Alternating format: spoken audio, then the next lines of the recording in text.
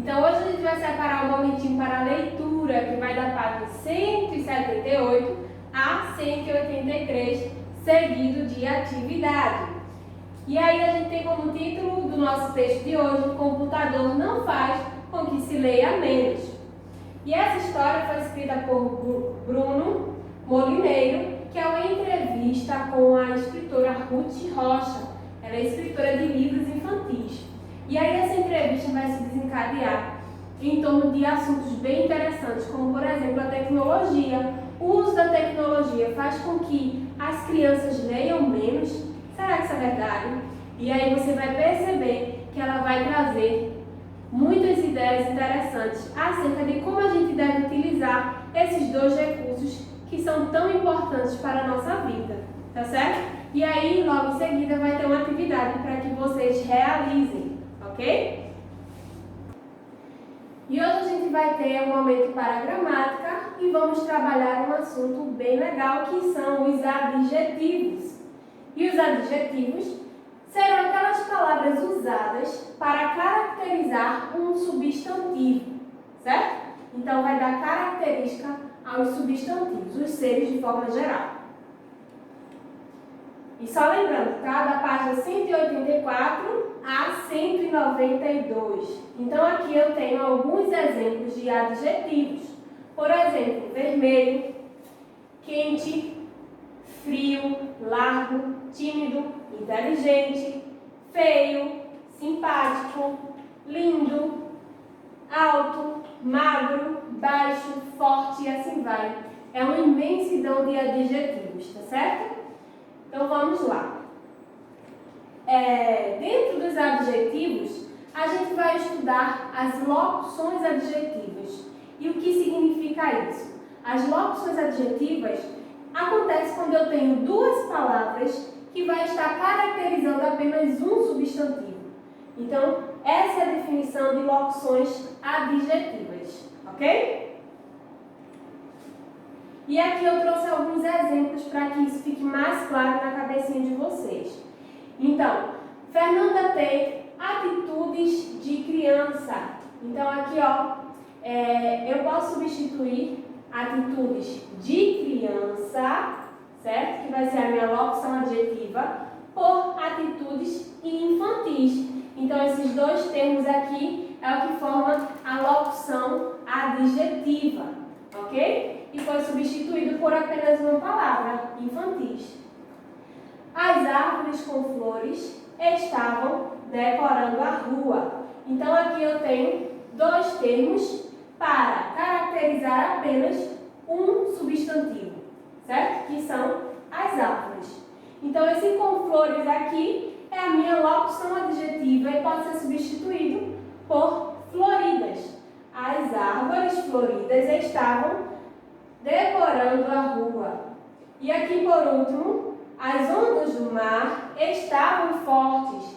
Então, mais uma vez, eu tenho a presença de dois termos para caracterizar apenas um substantivo, que é ondas. E aqui eu posso substituir do mar por marítimas, ok? Ficando assim, as ondas marítimas estavam fortes, certo?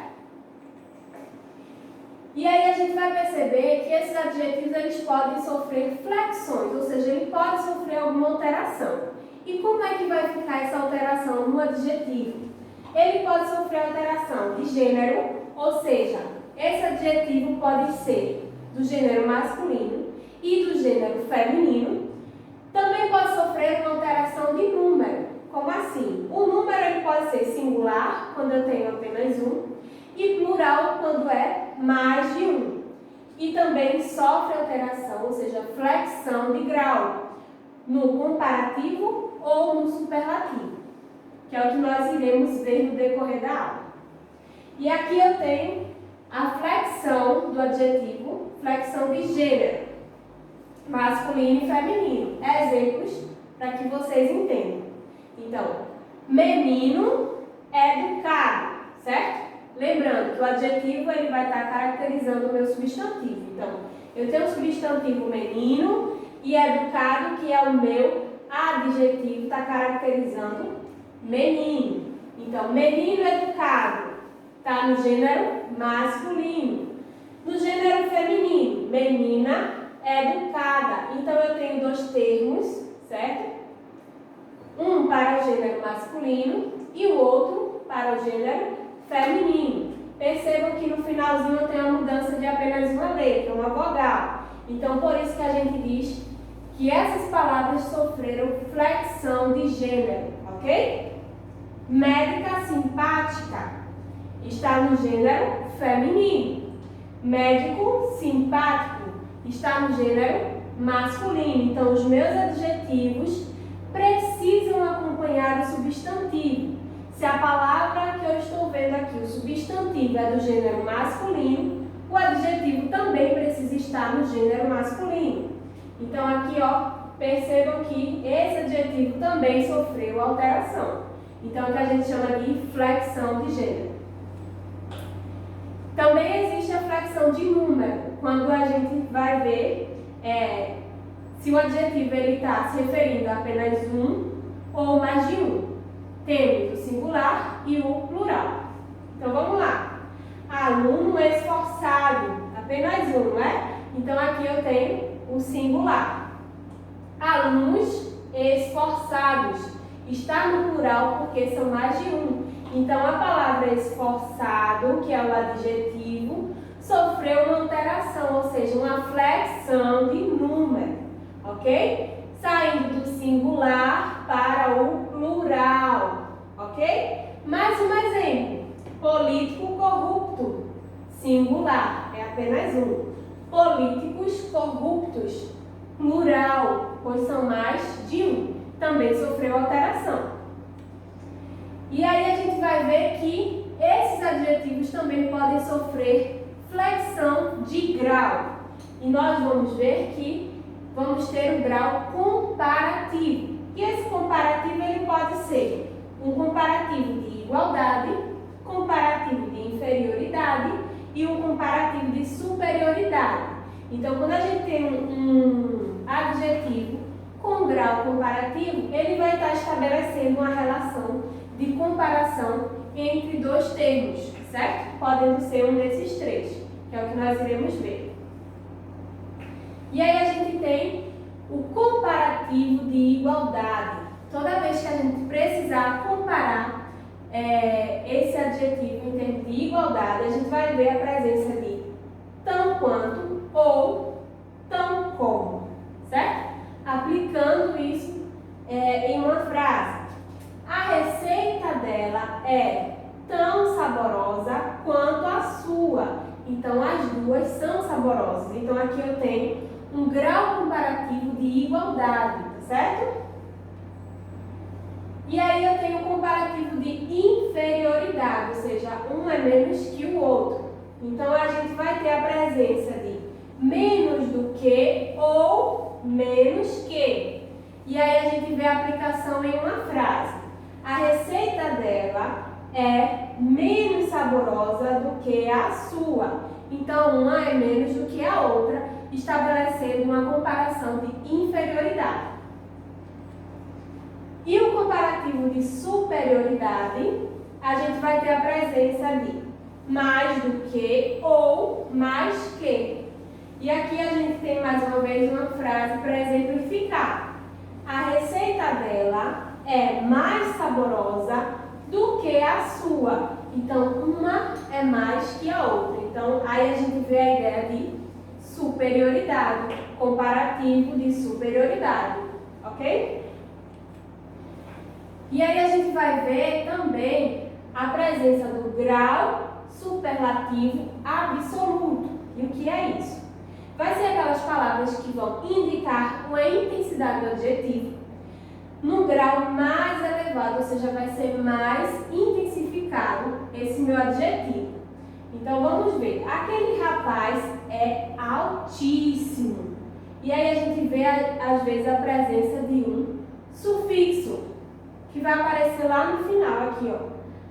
Íssimo é o meu sufixo da palavra alto. Poderia usar aquele rapaz é alto, mas eu precisei exagerar um pouquinho na dose. Aí ficou aquele rapaz é altíssimo. Por isso que é o superlativo absoluto.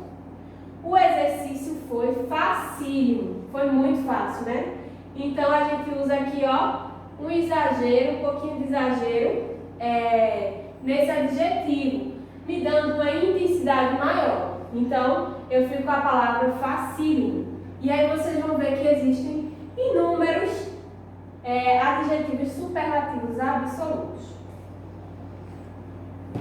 E agora a gente vai ver que dentro do superlativo absoluto a gente vai ter algumas palavras que modificam, que não seguem aquele padrão, como é o exemplo do bom, do mal, do grande e do pequeno. Em bom a gente pode ter a palavra com intensidade maior, sendo ótimo ou boníssimo, mal, péssimo ou malíssimo, grande, máximo ou grandíssimo, e pequeno, mínimo ou pequeníssimo, certo? E aí, para terminar, a gente tem um momento para a ortografia que vai da página 193 a 194, o estudo do SC e do SC cedilha. Essas letras aí, ela vai ter um som bastante semelhante, o que causa uma confusão na hora da gente escrever as palavras. E aí a gente presta atenção para alguns detalhes. O SC cedilha vai ser usado na conjugação de alguns verbos e o SC vai ser usado diante das vogais E e I. É o que eu exemplifiquei aqui nesse quadrinho para vocês, tá certo? Então aqui, ó, adolescente, eu usei o SC, está diante da vogal E. Consciência está diante da vogal I, então eu usei o SC. Discernimento está diante da vogal E, então eu usei o SC. Disciplina também está diante da vogal I, então eu usei o SC. Agora, quando a gente faz a conjugação de alguns verbos, a gente usa o SC cedilha, como é o exemplo de cresço, nasça, desço e floresça. São algumas ações, alguns verbos, ok? E é o que eu desejo para vocês, bons estudos e até a próxima aula. Tchau, tchau!